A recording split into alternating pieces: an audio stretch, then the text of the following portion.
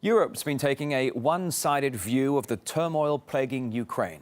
That's the point that Russia's foreign minister's been hammering home as he addressed a global security forum in Munich. RTs Egor Piskunov was there. He listened in. Ukraine and the situation there is definitely one of the key issues on the table here in Munich, and one of the first things that Russia's foreign minister Lavrov talked about was the situation there. In fact, he criticized the way the European Union and the US so far have been dealing with the situation there and their approach.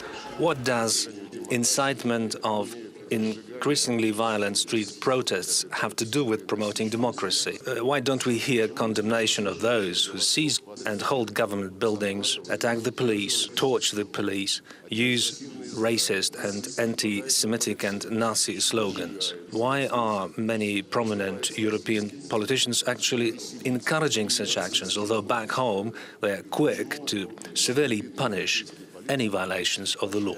Now, one of the first meetings that took place here in Munich last night was the one between one of the leaders of the Ukrainian opposition, Arseniy Yatsenyuk, and the German president.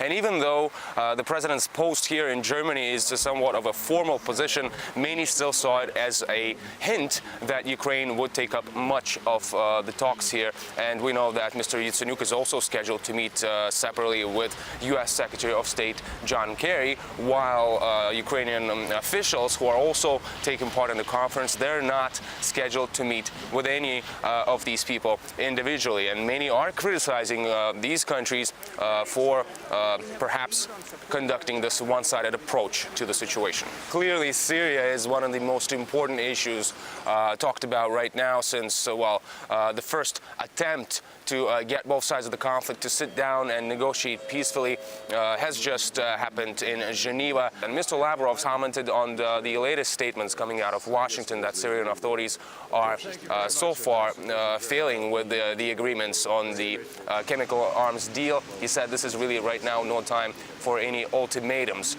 Also, the foreign minister reminded that this year the world is going to mark 100 years since the start of the First World War, and said that everyone has to remember what policies of national exceptionalism could lead to, and called on Europe and on the United States to return to the policy of building one joint world in peace and collaboration, once again saying that, until Russia receives guarantees from the US, it's still going to see its plans for the anti-missile defense system in Europe as a potential threat to its national security.